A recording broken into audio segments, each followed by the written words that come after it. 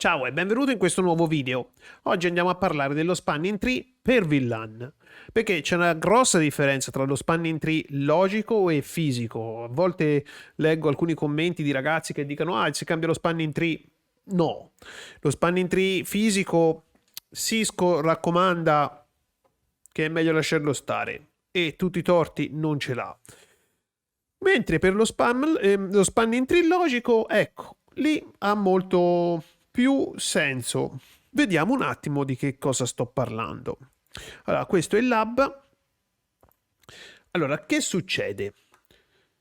Io ho già messo qui i nomi dello stato delle porte, poi andiamo a vedere insieme, ma comunque questa porta è disattivata. Quindi, se io ho dei computer collegati qui, se per esempio questo computer volesse contattare questo computer, lui farebbe questo percorso qui e arriverebbe qui. Vero anche che se io avessi questo computer qui, per esempio collegato, è chiaro che faccio prima a fare così, ma sfortunatamente farà questo percorso qui, perché questa porta è in stato di blocco fisico. Ok? Ora, perché si usa lo spanning tree per VLAN? Il motivo per cui si usa è, ora pulisco un attimo lo schermo, è molto semplice. Te immagina di avere delle... vediamo un po' se ci riesco. Tu immagina di avere degli switch in azienda dove hai tante VLAN con interfacce da 10 giga per esempio e tutto il traffico ti passa su un solo link. Quindi te hai delle interfacce super veloci, ma tutto il traffico passa da un link solo. E non viene usato questo, quindi questo link non verrà usato fino a quando qualcosa nella topologia di rete non cambia. Per esempio, va giù questo link. Ora facciamo una piccola prova. Intanto ti faccio subito vedere qui la configurazione di questo, lo stato della porta più che la configurazione. Show spanning tree. E vediamo che la porta E00, che è questa, è in stato di blocco, vedi? Ora, se io per esempio apro il PC della VLAN 20 e scrivo che si è impallato, vabbè, non scrivo niente, lo spengo e lo riaccendo. Ed eccolo qui, IP 192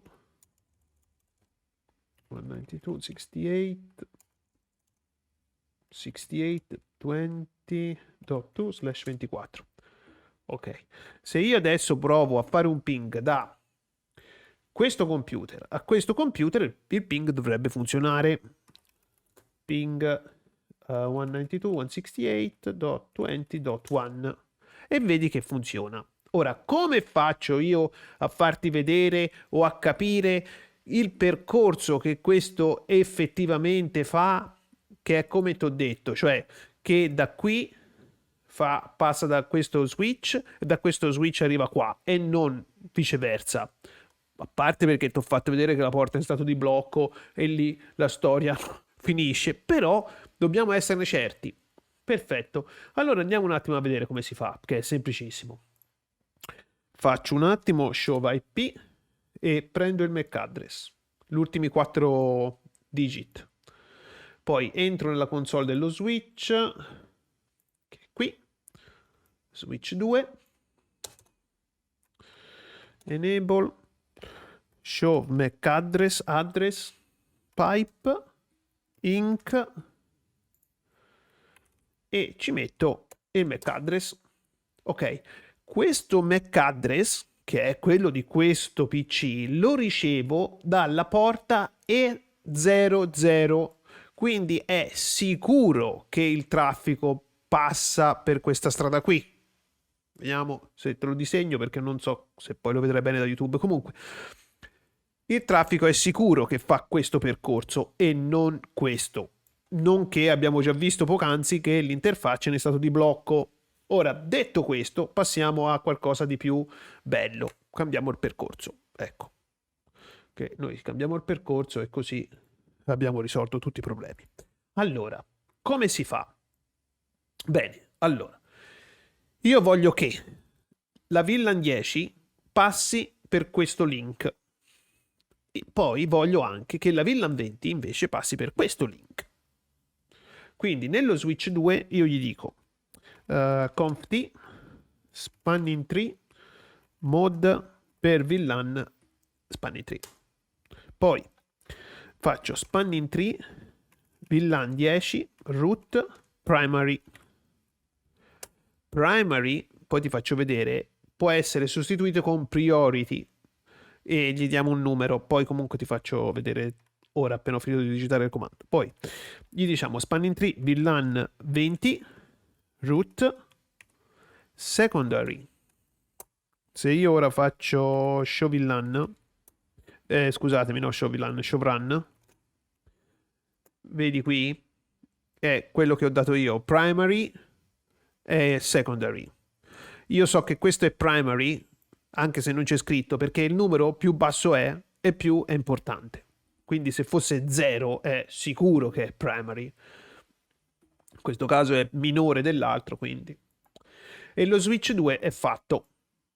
Poi vado nello switch 1 e gli dico praticamente la stessa cosa. Enable conft spanning tree mod per VLAN spanning tree.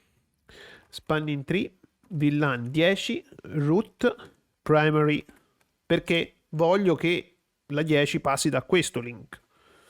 Spanning tree VLAN 20 root secondary. Questo io ce lo metto perché se in caso in cui andasse giù questo link e qui non ci metto VLAN 20, lui la VLAN 20 non la fa passare. E questo è fatto. Poi andiamo sullo switch 3 e facciamo la stessa cosa. Enable conft, poi facciamo spanning tree mod per VLAN spanning tree VLAN 10 root primary, perché facendo così chiaramente lui aggancia la VLAN 10 di qua. Poi spanning tree VLAN 20 root secondary, e altrettanto è chiaro che aggancerà la VLAN 20 di qua. Poi qui invece gli vado a dire che in questo switch gli vado a dire esattamente questa cosa.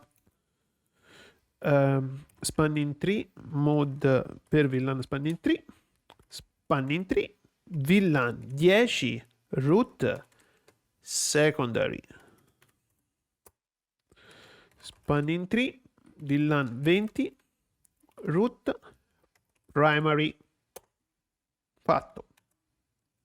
Quindi a questo punto io faccio show spanning tree e vediamo che l'interfaccia è sempre in stato di blocco, perché qui dando questo comando io vedo lo spanning tree fisico, però se io vado a dire spanning tree 10 vedi che lui mi dice che lo spanning tree, la porta per la VLAN 10 è questa, E00, mentre le altre sono